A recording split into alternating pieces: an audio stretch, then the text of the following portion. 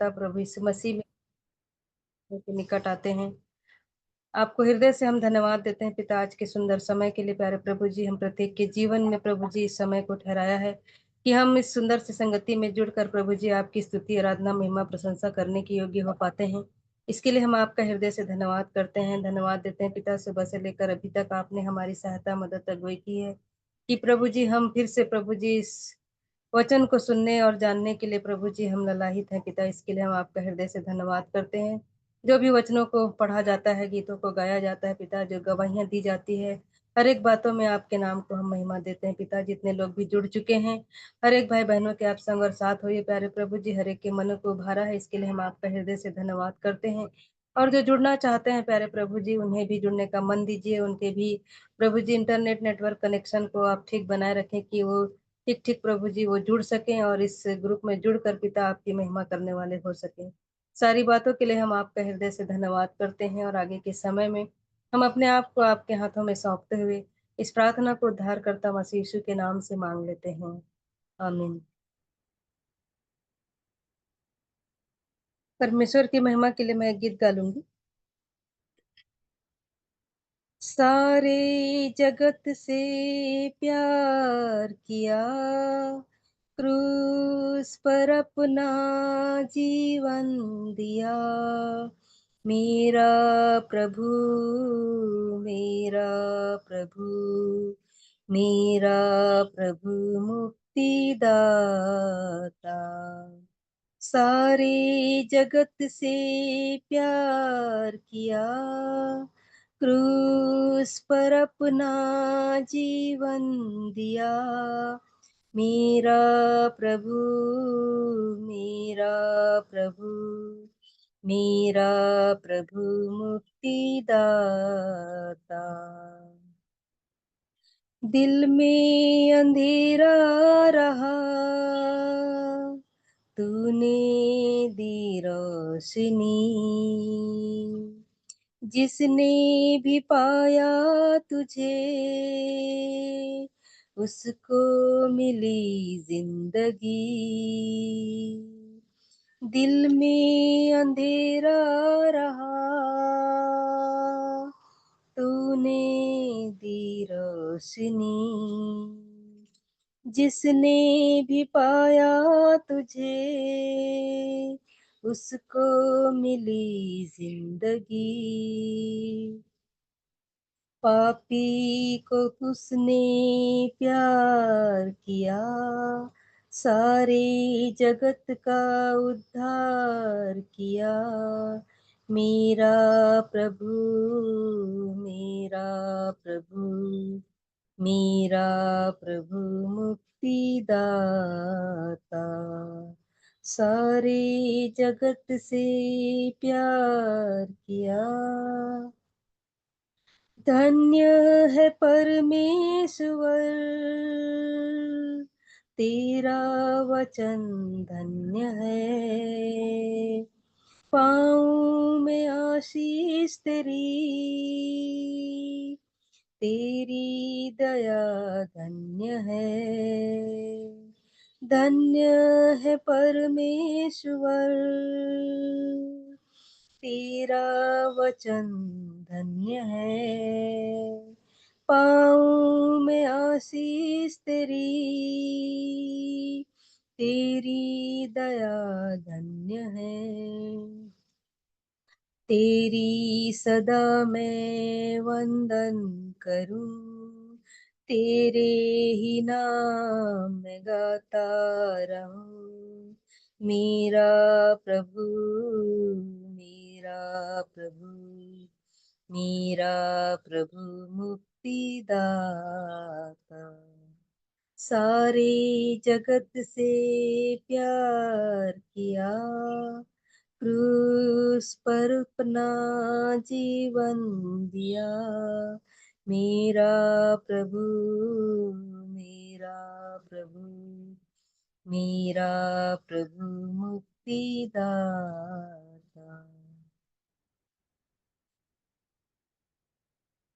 अभी आप सबको भी अवसर है, परमेश्वर की महिमा के लिए आप स्तुति आराधना कर सकते हैं।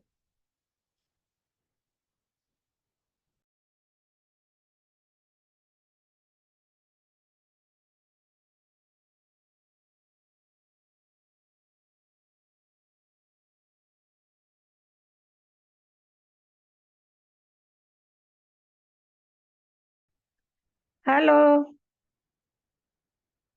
हेलो। हाँ हाँ, बोलिए ना। आवाज आ रही है? आ रही।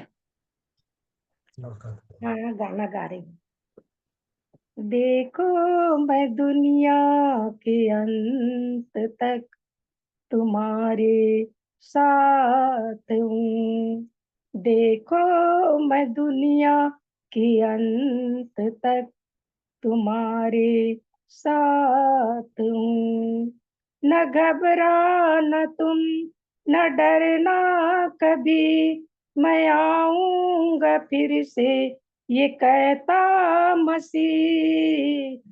देखो, मैं दुनिया के अंत तक तुम्हारे साथ हूँ। गम है जीवन में तुमको कोई, निराश मत होना। गम है जीवन में तुझको कोई, निराश मत होना। अपनी शांति दिए जाता हूँ, अपनी शांति दिए जाता हूँ। मैं आऊंगा फिर से, ये कहता मसीह। देखो, मैं दुनिया के अंत तक तुम्हारे साथ हूँ। न घबराना तुम, न डरना कभी, मैं आऊंगा फिर से, ये कहता मसीह। देखो, मैं दुनिया के अंत तक तुम्हारे साथ हूँ। इंतजार है हमको मसीह, तेरे ही आने का। इंतजार है हमको मसीह, तेरे ही आने का। तू आएगा फिर से, लिखा है वचन में। तू आएगा फिर से, लिखा है वचन में। ले जाने को अपनों का अपने करीब। देखो, मैं दुनिया के अंत तक तुम्हारे साथ हूँ। देखो, मैं दुनिया के अंत तक तुम्हारे साथ हूँ।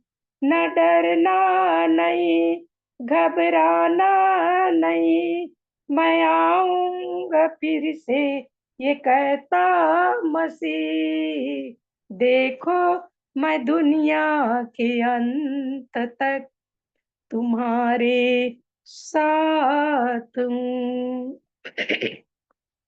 एक और गीत है। हेलो।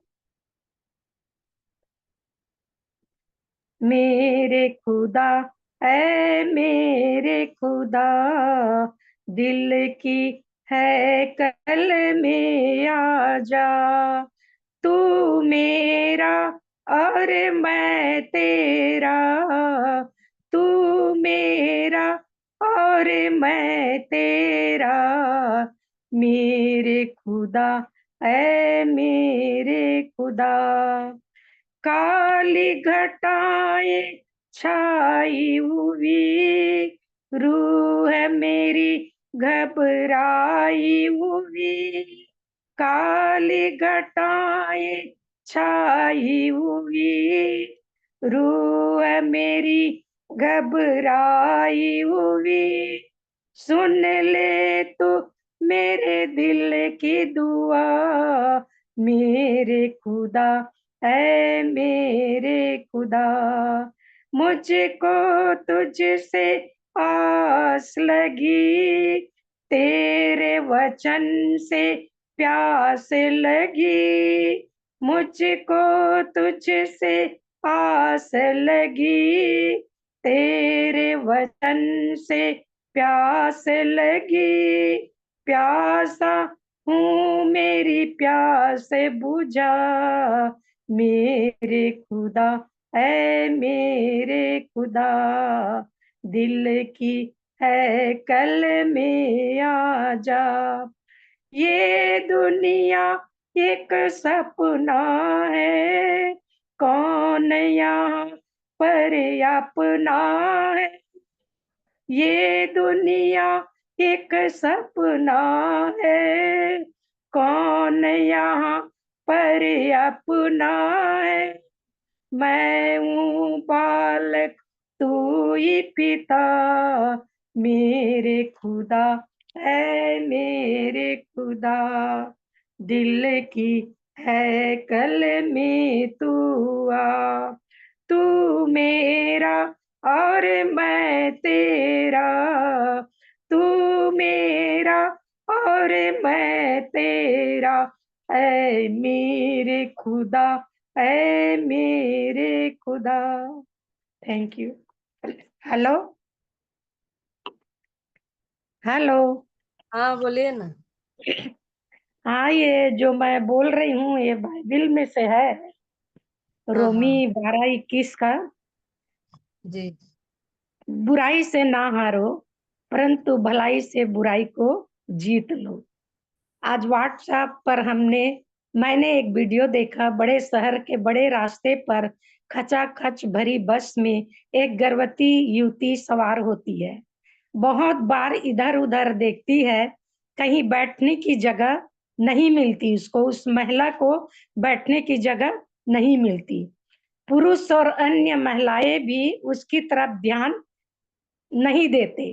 वो बिल्कुल दरवाजे के किनारे खड़ी रहती है, खड़ी हो जाती है।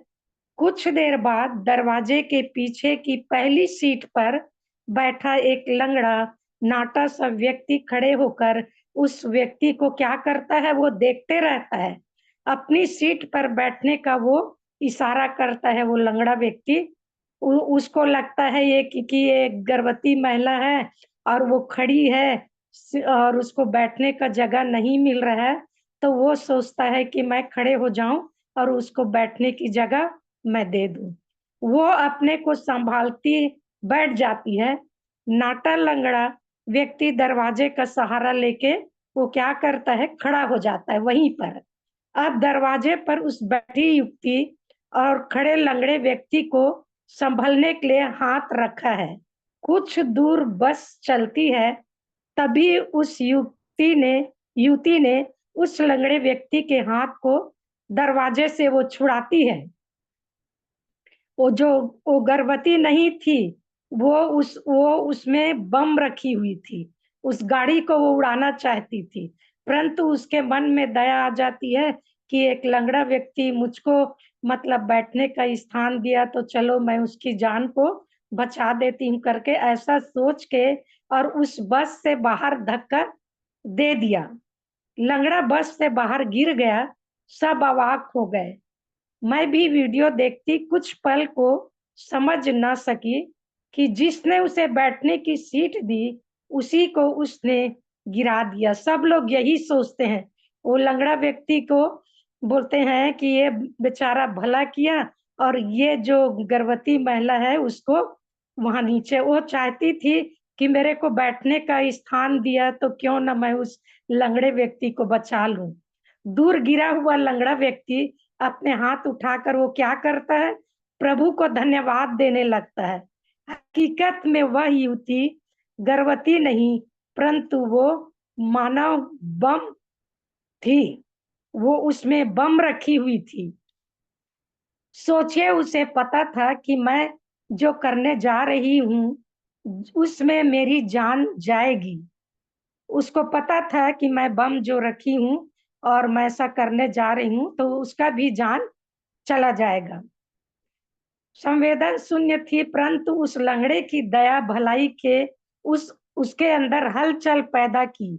उसने सोचा, जिसने भलाई की है उसकी जान तो मैं बचा सकती हूँ।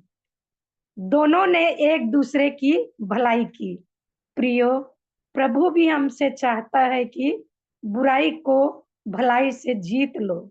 जब तक जब तक हो सके अपने सामर्थ्य के अनुसार हम भलाई के लिए तत्पर रहें। याकूब 4:17।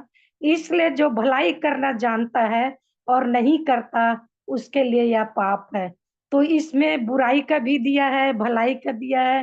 तो हमको बुराई को नहीं अपनाना है, बुराई को छोड़ना है। अक्सर हम लेडीज लोग का ज्यादा आदत होता है, कहीं चार लोग बैठ जाते हैं तो इसकी बुराई उसकी बुराई करते हैं, परंतु ये नहीं कहते हैं कि चलो हम मिलकर वचन को पढ़ें और दूसरों के लिए प्रार्थना करें, और जो भलाई का काम है, जो भलाई करना है, उसके लिए हम तत्पर रहें और करते रहें। प्रभु हमें हर परिस्थिति में भलाई करना सिखाता है। प्रभु का धन्यवाद हो कि सच में हमारे जीवन में ही भलाई दिखना चाहिए, बुराई को छोड़ना है और भलाई का पीछा करना है। हम अपने प्रभु के पीछे, हमको प्रभु के पीछे चलना है और बुराई को छोड़ना है। Thank you.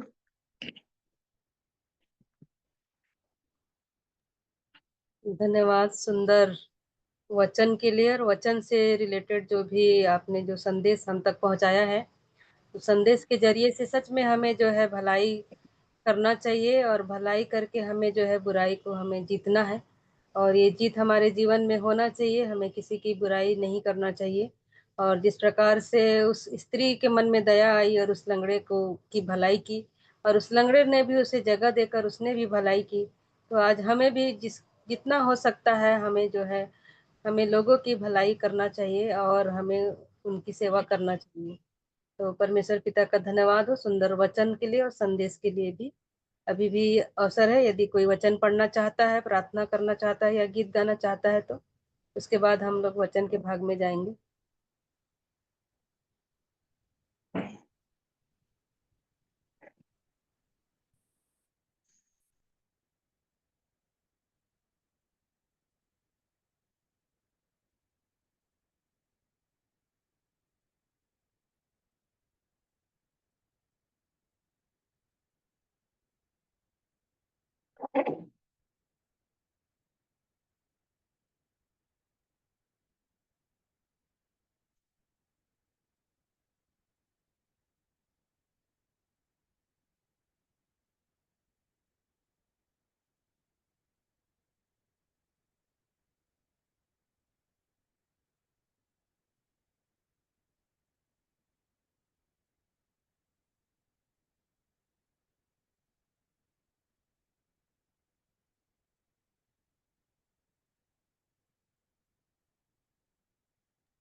यदि कोई गवाही देना चाहता है तो अभी भी अवसर है, गवाही भी दे सकते हैं, या कोई वचन पढ़ना चाहते हैं तो अभी अवसर है।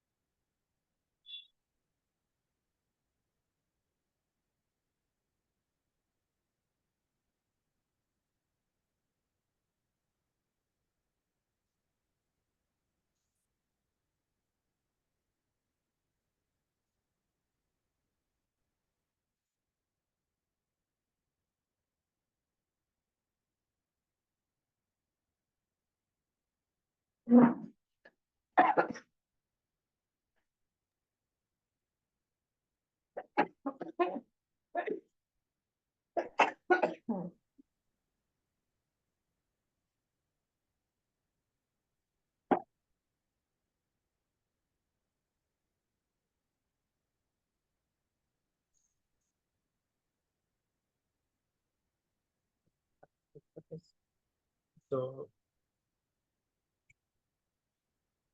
परमेश्वर पिता को धन्यवाद देते हैं आज की शाम के लिए कि प्रभु ने हमें एक अवसर फिर से प्रदान किया है और यह अवसर दिया कि हम उनके वचनों को सीखने के लिए तैयार हैं। और मैं धन्यवाद देता हूं उन प्रियो के लिए जो आज की मीटिंग में जुड़े हैं, और तब परमेश्वर से विनती करते हैं कि वो हमारी सहायता और मदद करें कि हम उन वचनों को सीख करके उसके अनुसार चल सके और उसकी महिमा हम करने वाले हो सके। तो आइए हम लोग वचन के भाग में जाएंगे, कुछ बातों को सीखेंगे।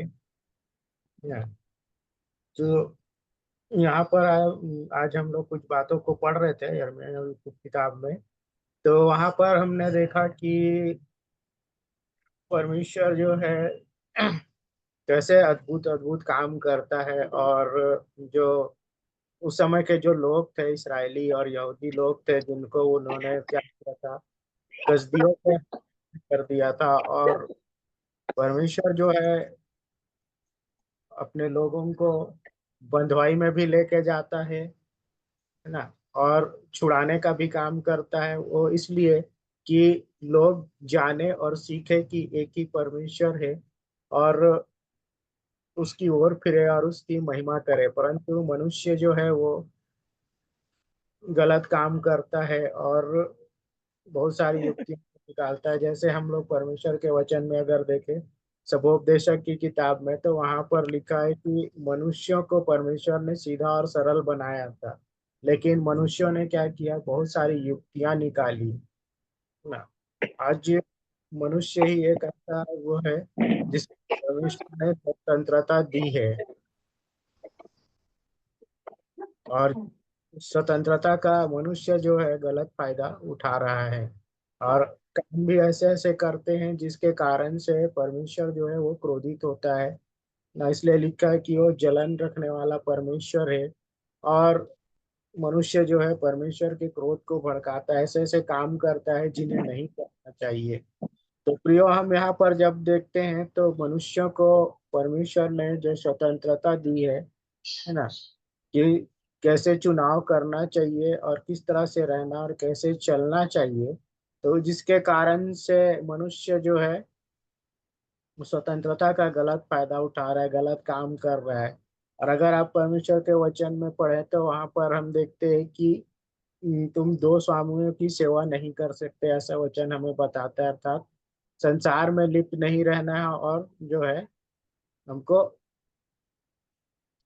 वचन सिखाता है कि हम एक से प्रेम रखेंगे और दूसरे से हम बैर रखेंगे, एक से मिले रहेंगे और दूसरे से बैर रखेंगे। मतलब हमें जो स्वतंत्रता दी गई है, हम उसको क्या कर रहे हैं, गलत फायदा उठा रहे हैं। क्योंकि शैतान नहीं चाहता कि हम प्रभु में बने रहें, उसके पीछे चले, है ना। जब भी हम आगे बढ़ने की कोशिश करते हैं तो शैतान क्या करता है, वो अटैक करते रहता है और हमारे मनों को स्थिर रहने नहीं देता, प्रभु में लगने नहीं देता है कि हम अपने परमेश्वर को ढूंढें। और हम संसारिक अभिलाषाओं में, संसार की बातों में उलझ कर रह जाते हैं। तो यहाँ पर आज हम लोग सीखेंगे परमेश्वर के वचन से कि जो है शैतान जो है बहुत ही वो खतरनाक है, और उसके विषय में परमेश्वर का वचन क्या कहता है। तो यहाँ पर हम लोग देखेंगे, मेरे साथ निकाल लीजिए कि शैतान के विषय में परमेश्वर का वचन क्या चेतावनी देता है, वो देख लेंगे।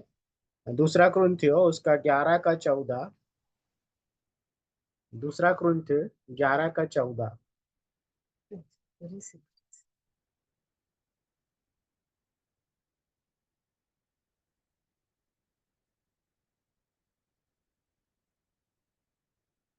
दूसरा कुरिन्थियो की पत्री उसका 11 अध्याय उसका 14 वचन। दूसरा कुरिन्थी 11 उसका 14 वचन। यह कुछ अचंभे की बात नहीं, क्योंकि शैतान आप भी ज्योतिर्मय स्वर्गदूत का रूप धारण करता है। तो यहाँ पर हम लोग देखते हैं कि शैतान के विषय में परमेश्वर का वचन कहता है कि ये क्या करता है। शैतान जो है वो ज्योतिर्मय स्वर्गदूत का रूप धारण करता है, यानी हम उसको पहचान नहीं पाएंगे कि वो परमेश्वर का दूत है या शैतान का दूत है।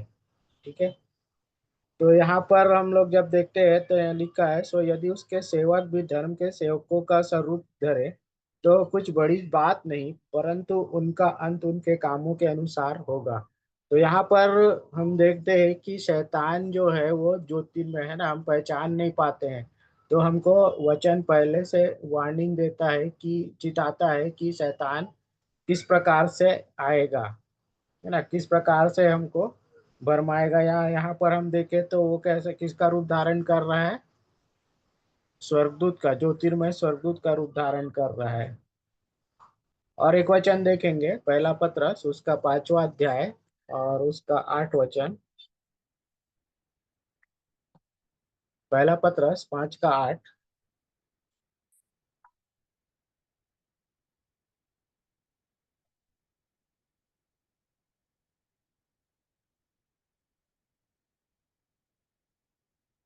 लिखा है, सचेत हो और जागते रहो, क्योंकि तुम्हारा विरोधी शैतान गरजने वाले सिंह की नाई इस खोज में रहता है कि किसको फाड़ खाए। तो यहाँ पर हमको वचन पहले से वार्न कर रहा है, सिखा रहा है कि ये क्या करने के लिए बोल रहा है, सचेत रहने के लिए और जागते रहने के लिए, है ना। क्योंकि जो हमारा विरोधी है वो कौन है, शैतान है, और वो गरजने वाले सिंह के समान है। यदि हम किसी भी प्रकार के थोड़ी सी भी अगर अवसर उसको देते हैं तो क्या होता है, शैतान को मौका मिल जाता है ना, उसको अवसर मिल जाता है, और वो क्या करता है, हम पर अटैक करता है, हमको फंसाने और गिराने की कोशिश वो करता है। तो वचन पहले से हमको सिखाता है कि हमको क्या करना है, सचेत रहना है और जागते रहना है, सोते नहीं रहना है ना। आगे हम लोग देखेंगे मत्ती रचित सुसमाचार पे उसका 13 अध्याय। मत्ती उसका 13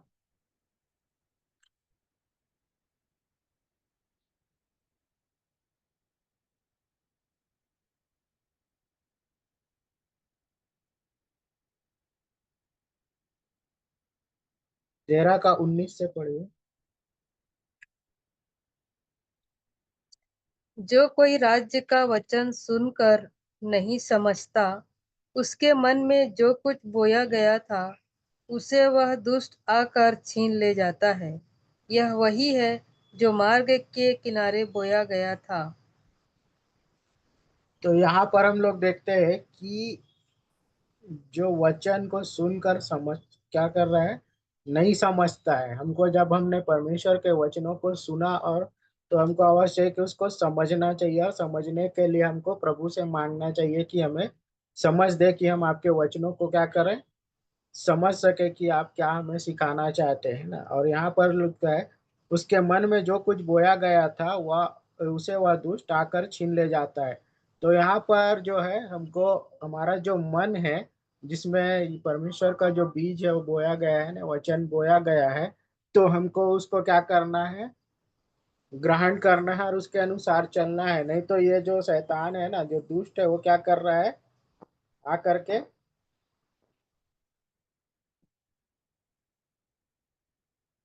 छीन ले जाता है। यह नहीं है जो मार्ग के किनारे पर बोया गया था, जो मन में बोया गया है उसके विषय में कहा गया है। परंतु अगर जब हम लोग आगे पढ़े तो लिखा है, पर अपने में जड़ न रखने के कारण वह थोड़े ही दिन का है। तो जब हम परमेश्वर के वचन को पढ़ते हैं, सीखते हैं, तो हमको उसको मन में रखना है, उसको जड़ पकड़ने देना है। ठीक है, अगर हम उसको जड़ पकड़ने नहीं देंगे तो कोई मतलब नहीं होगा। तो यहाँ पर हम लोग देखते हैं तो लिखा है, और जब वचन के कारण क्लेश या उपद्रव होता है तो तुरंत ठोकर खाता है। इन्हें जड़ नहीं पकड़ा रहेगा वचन हमारे जीवन में, तो क्या होगा, हम कठिन परिस्थितियों में भी स्थिर नहीं रह पाएंगे ना। क्लेश में या दुख है, तकलीफ है, वहां पर भी हम स्थिर नहीं रह पाएंगे, और क्या होंगे, ठोकर का कारण बनेंगे। इसलिए हमको क्या करना है, परमेश्वर के वचन को जब हमारे मन में बोया जाता है तो उसको हमको संभाल करके रखना जरूरी है।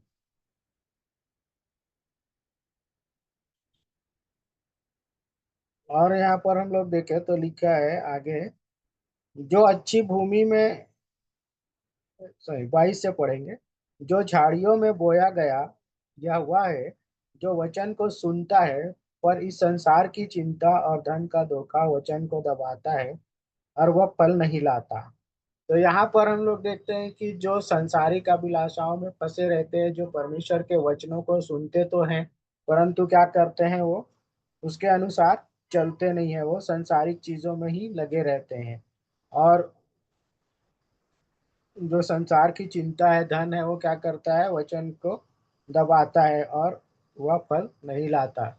तो यहाँ पर हम लोग देखते हैं जो आगे लिखा है, जो अच्छी भूमि में बोया गया या वह है जो वचन को सुनकर समझता है और फल लाता है, कोई 100 गुना, कोई 60 गुना, कोई 30 गुना। तो यहाँ पर हमको क्या करना है, जो भूमि पे बोया गया ना अच्छी, उसको ग्रहण जब हम कर लिए हैं तो हमको क्या करना है, उसको फलवंत होने देना है। अगर वो फलवंत होगा तो हम क्या होंगे, प्रभु की आशीष आशीषों में हम बढ़ेंगे, प्रभु हमें आशीषित करेगा।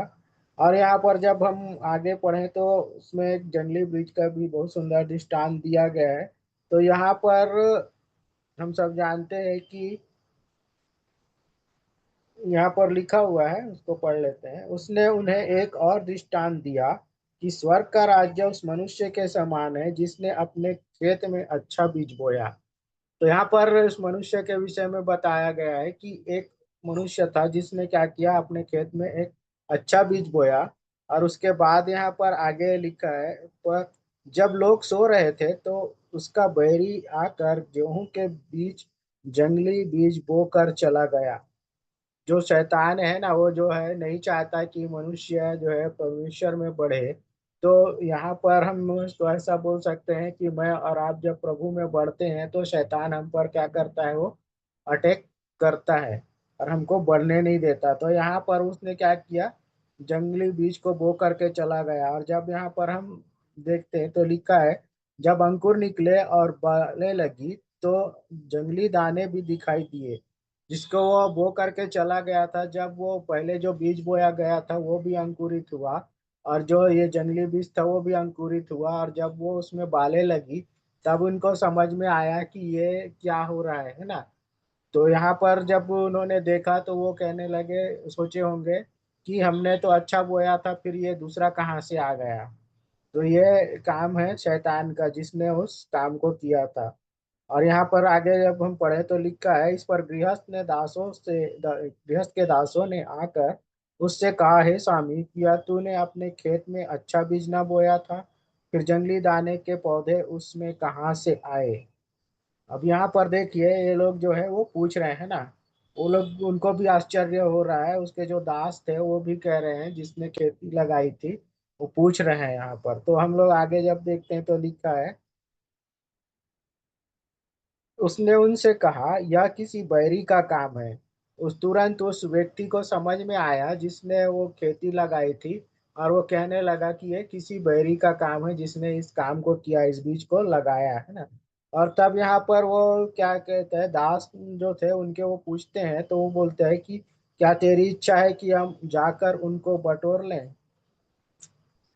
और जब उसको आगे हम पढ़े वचन में लिखा है, उसने कहा, ऐसा नहीं ना हो कि जंगली दाने के पौधे बटेरते हुए उनके साथ गेहूं भी उखाड़ लो।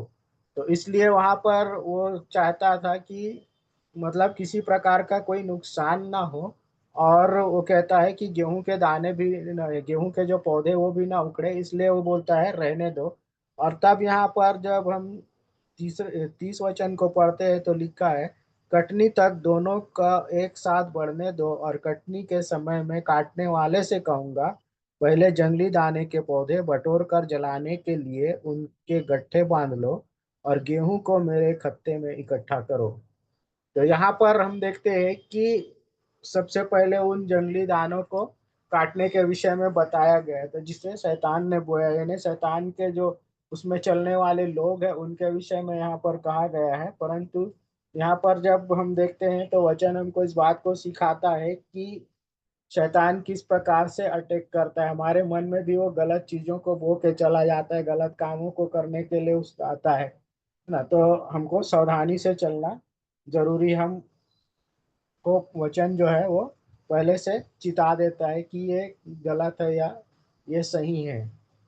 ठीक है, तो किस प्रकार से हमको चलना और रहना, इन बातों को वचन हमको सिखाता है। तो यहाँ पर हम लोग और आगे कुछ बातों को देखेंगे। योना उसका 8वां अध्याय, उसका 44 वचन। योना 8 का 44।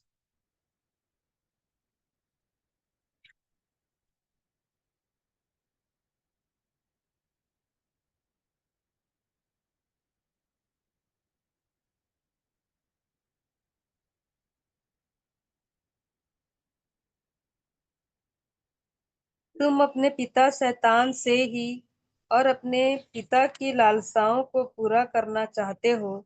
वह तो आरंभ से हत्यारा है और सत्य पर स्थिर न रहा, क्योंकि सत्य उसमें है ही नहीं। पर वह झूठ बोलता तो अपने स्वभाव ही से बोलता है, क्योंकि वह झूठा है, वरन झूठ का पिता है। तो यहाँ पर हम लोग जब पढ़ते हैं इन वचनों को तो इस बात को पाते हैं कि शैतान के विषय में लिखा है कि तुम अपने पिता शैतान से हो। यहाँ पर ये उन लोगों के लिए कहा गया है जो परमेश्वर के वचन को सुनते नहीं थे, है ना। तो उसके लिए हम लोग इसके 42 वचन से देख लेते हैं। यीशु ने उनसे कहा, यदि परमेश्वर तुम्हारा पिता होता तो तुम मुझसे प्रेम रखते, क्योंकि मैं परमेश्वर में से निकल कर आया हूँ। मैं आपसे नहीं आया, परंतु उसी ने मुझे भेजा। तो यहाँ पर देखिए, ये परमेश्वर के पिता के विषय में प्रभु यीशु मसीह हमेशा बताते थे, और वो वहां पर बोलते हैं कि मैं वहां से निकल करके आया हूँ, पिता से निकल करके आया हूँ बोलते, लेकिन लोग उसके ऊपर विश्वास नहीं करते थे, है ना, जब प्रभु वचन का प्रचार करते थे। और यहाँ पर लिखा है, तुम मेरी बात क्यों नहीं समझते। मतलब प्रभु यीशु मसीह जब प्रचार करते थे, जो भी वो वचन से बताते थे, परमेश्वर की बातें बताते थे, जो भी भेद की बातें थी, जो सुसमाचार सुनाते थे, उनको लोग जो है सुनना नहीं चाहते थे, ग्रहण नहीं करना चाहते थे। और यहाँ पर जब हम पढ़ते हैं तो लिखा है, इसलिए कि मेरा वचन सुन नहीं सकते। मतलब परमेश्वर प्रभु यीशु मसीह जब प्रचार करते थे तो उनके वचनों को सुनने के लिए लोग तैयार नहीं होते थे। तो यहाँ पर हम लोग इस बात को देखते हैं, तो उनके लिए यहाँ पर बोलता है कि तुम अपने पिता शैतान से हो और अपने पिता की लालसाओं को पूरा करना चाहते हो। वह तो आरंभ से हत्यारा है और सत्य पर स्थिर न रहा। मतलब प्रभु यीशु मसीह यहाँ पर सत्य के विषय में वो बता रहे हैं। अगर हम लोग इसको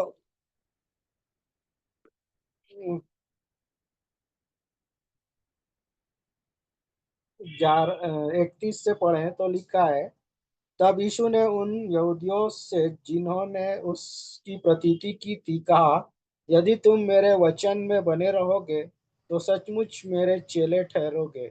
जब यहाँ पर प्रभु यीशु मसीह जब प्रचार कर रहे थे और यहूदियों से बातचीत कर रहे थे, और वो बोल रहे थे कि तुम जब मेरी प्रतीति करोगे, मेरी बातों को समझोगे, तो क्या होगे, तुम मेरे चेले ठहरोगे। और वचन में आगे बोलते हैं, और सत्य को जानोगे और सत्य तुम्हें स्वतंत्र करेगा। तो यहाँ पर जब वो प्रचार करते थे और इन बातों को बोलते थे तो लोगों को यकीन नहीं होता था, और इसलिए वहां पर प्रभु यीशु मसीह इस बात को बोलते हैं कि तुम अपने पिता शैतान से हो और अपने पिता की लालसाओं को पूरा करना चाहते हो। तो यहाँ पर हमको समझना जरूरी है कि परमेश्वर का वचन हमको चिताता है, जो वचन हमें सिखाता है हमको उसके अनुसार चलना चाहिए। और यहाँ पर हम लोग देखेंगे यूहन्ना रचित सुसमाचार उसका 14 का 30। यूहन्ना 14 उसका 30।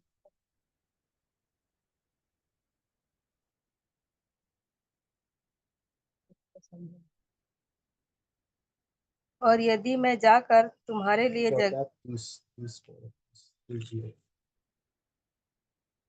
और मैं अब तुम्हारे साथ और बहुत बातें न करूंगा, क्योंकि इस संसार का सरदार आता है, मुझ पर उसका कोई अधिकार नहीं।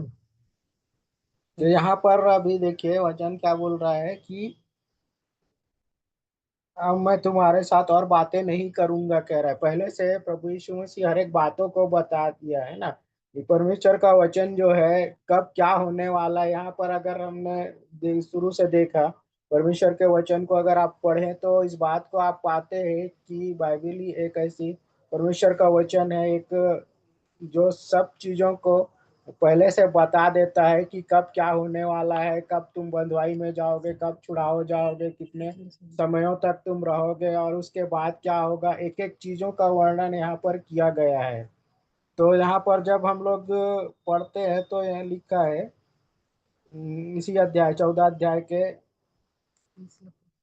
30 में, मैं अब से तुम्हारे साथ और बहुत बातें ना करूंगा, क्योंकि संसार का सरदार आता है। यानी संसार का सरदार बोलने से शैतान के विषय में कहा गया है। मुझ में उसका कुछ नहीं। और यहाँ पर जब हम आगे पढ़े तो लिखा है, परंतु यह इसलिए होता है कि संसार जाने कि मैं पिता से प्रेम रखता हूँ, और जिस तरह पिता ने मुझे आज्ञा दी मैं वैसे ही करता हूँ। उठो, यहाँ से चलो। तो यहाँ पर जब हम लोग देखते हैं परमेश्वर के वचन को, तो इस बात को हम सीखते हैं कि यहाँ पर जो जो बातें प्रभु यीशु मसीह को पिता परमेश्वर ने बोली थी, है ना, आज्ञा दिया था, उतना ही बात वो सिखाते थे। और जैसा वो कहते थे उतना ही वो करते थे। तो यहाँ पर हम लोग इस बात को सीखते हैं कि शैतान किस प्रकार से हमारे जीवन में अटैक करता है। और उस समय उसके लिए पहले से परमेश्वर का वचन हमको चेतावनी देता है। क्या बोलता है कि सचेत रहो और जागते रहो। तो आज की जो स्थिति है, हमें जो स्वतंत्रता प्रभु ने दी है उसका अब हमें अनुचित लाभ नहीं उठाना चाहिए। हमें प्रभु में बने रहना जरूरी है। नहीं तो यहाँ पर अगर जैसे हमने शुरुआत में बताया कि किस प्रकार से लोगों को जो है उस समय के जो लोग थे जो आज्ञा नहीं मानते थे, है ना, इसराइली और यहूदा का विशेष करके बोला गया है कि उन्हें बंधुआई में वो चले जाते थे, फिर प्रभु ने छुड़ाता था। वो ये सोचते थे कि शायद इनका मन बदल जाए। परंतु आज भी स्थिति वही है कि हम जब परमेश्वर के वचन को पढ़ करके इस बात को जानते हैं, है ना, जानते हैं, या हमें पता चलता है कि हमें क्या करना है और क्या नहीं करना है, तो हमको जो नहीं करना है उस काम को पूरी तरह से छोड़ देना जरूरी है। क्योंकि जो नहीं करना है वो हम करते हैं, और जो करना है वो नहीं करते। तो इसलिए वचन आज हमें यही सिखाता है कि शैतान जो है वो किस प्रकार से अटैक हमारे जीवन में करता है। तो उसके लिए यहाँ पर हमें पहले से चिता दिया गया है, और सावधानी बरतने के लिए हमें परमेश्वर का वचन सिखाता है। सो मैं परमेश्वर पिता को धन्यवाद देता हूँ आज के इन वचनों के लिए। प्रभु आप सबों को आशीषित करे। और कोई कुछ बोलना चाहता है तो अवसर रहेगा।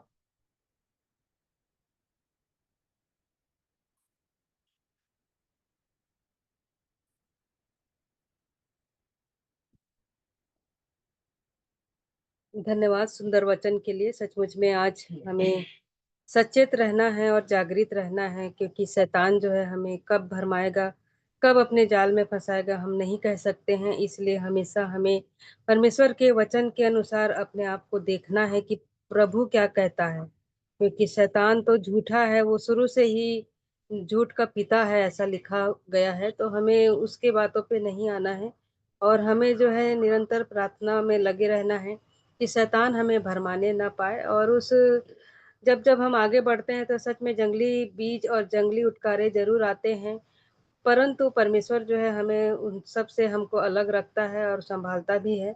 इसलिए हमें जो है परमेश्वर के वचन जो है शैतान जो है चुराने ना पाए। जो कुछ भी हम सुनते हैं उसे अपने हृदय में हम बसाने वाले हो सकें कि वचन आज हमें क्या कहा है, परमेश्वर का वचन हमें क्या सिखाया है। इन बातों का मनन करना चाहिए और उसके अनुसार हमें अपने आप को देखना चाहिए कि सच में हम उस वचन के अनुसार हैं कि नहीं।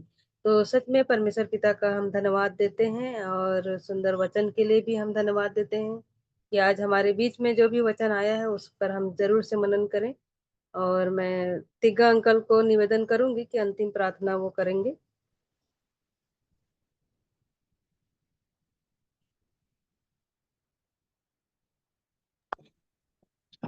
ठीक है, प्रभु का धन्यवाद हो।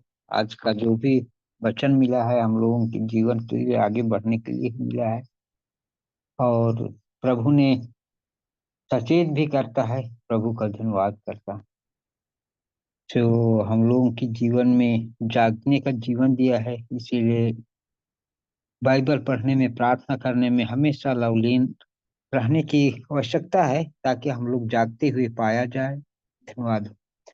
सो अंतिम प्रार्थना में जाते हैं।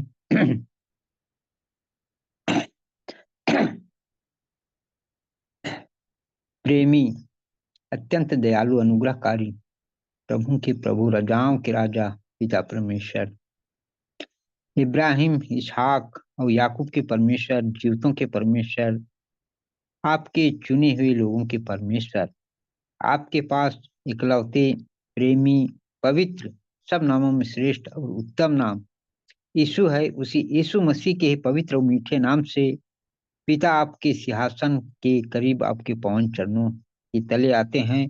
सारी जलाल सारी आदर महिमा आपको मिले। आपका मैं धन्यवाद धन्यवाद धन्यवाद करता हूँ प्रभु जी। एक दिन हम लोग आपसे लाखों करोड़ों दूर थे। हम लोगों के जीवन में कोई भी अच्छी वस्तु वास नहीं करती रही प्रभु जी। हम लोग भी प्रभु जी एक दिन प्रभु यीशु मसीह संसार की बातों में और संसार की उस घृणित वस्तु में लगे थे, क्योंकि हम लोगों का पिता वही था। पर आपने प्रभु जी देखा कि हम लोग उस नाश की ओर चले जा रहे हैं।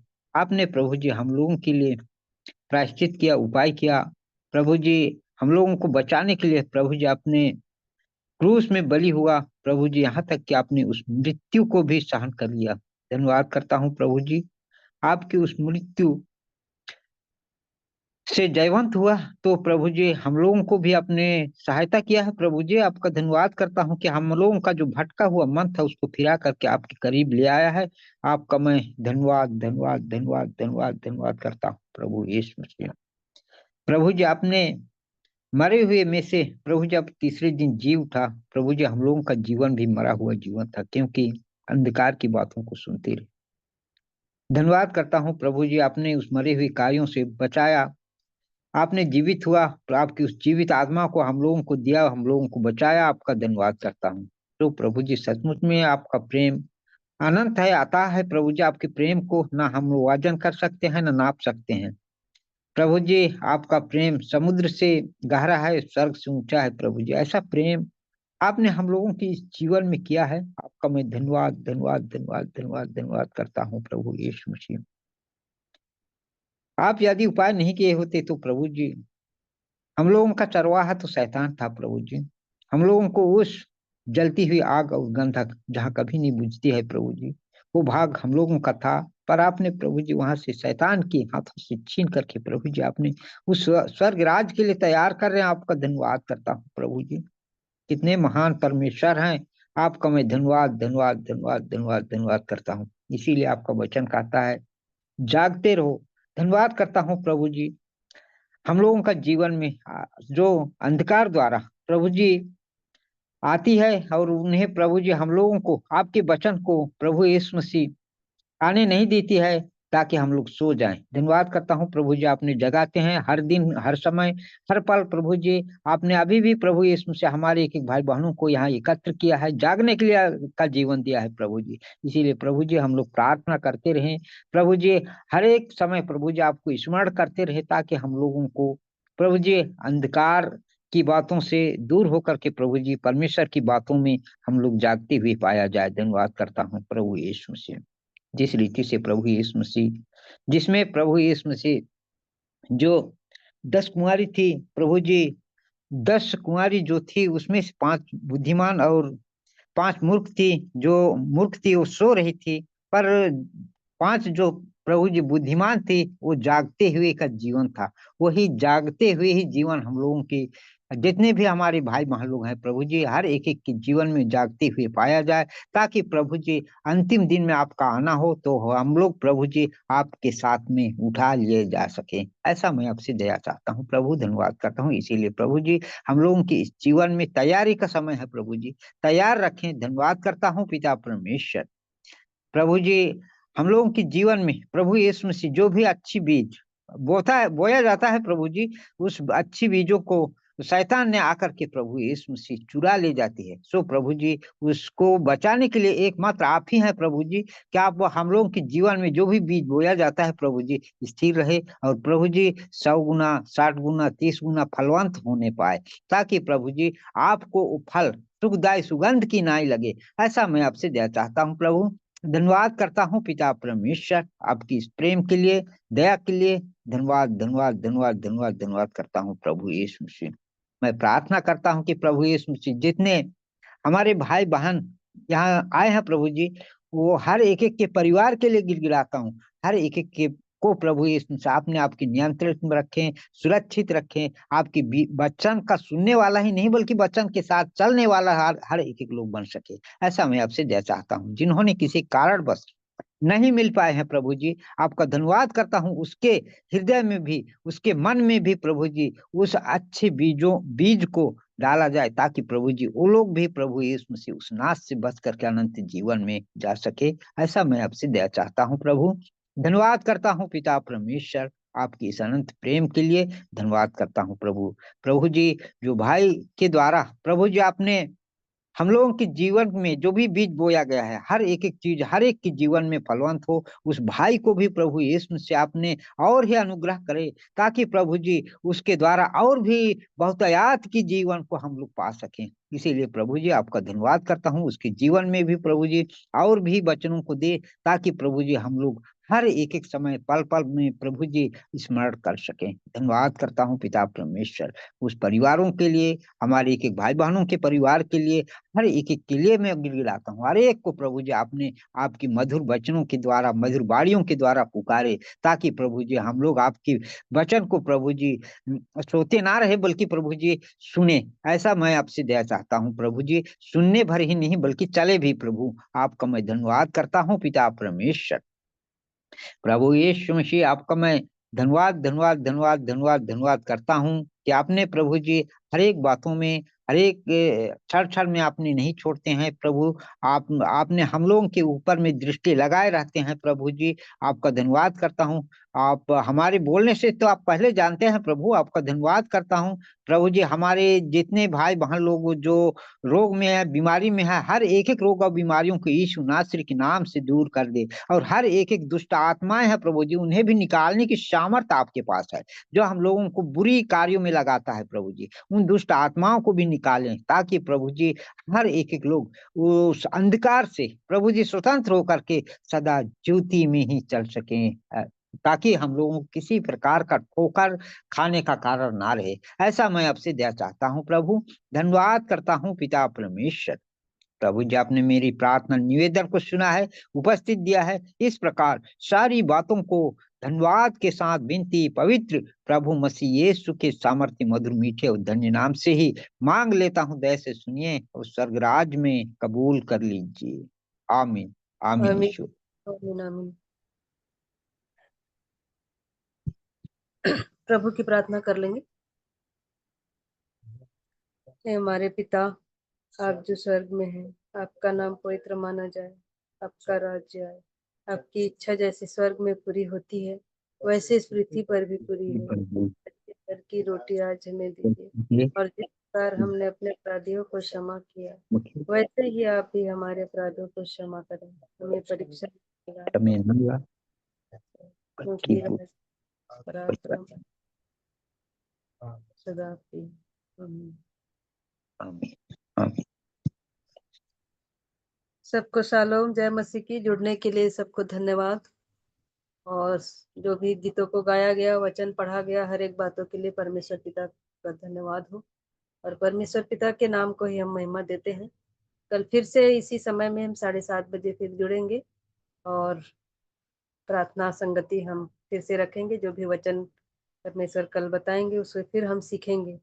तो और भी अधिक से अधिक लोग यदि आपके पहचान में भी हैं, यदि जुड़ना चाहते हैं, वचन सीखना चाहते हैं, तो उन तक भी इस लिंक को जरूर भेजिए, तो उन लोग भी साथ में बैठकर हम सबके लिए प्रार्थना हम कर सकते हैं। शालोम, जय मसीह की। Good night. Good night good night. Meeting and करते हैं। ठीक, धन्यवाद।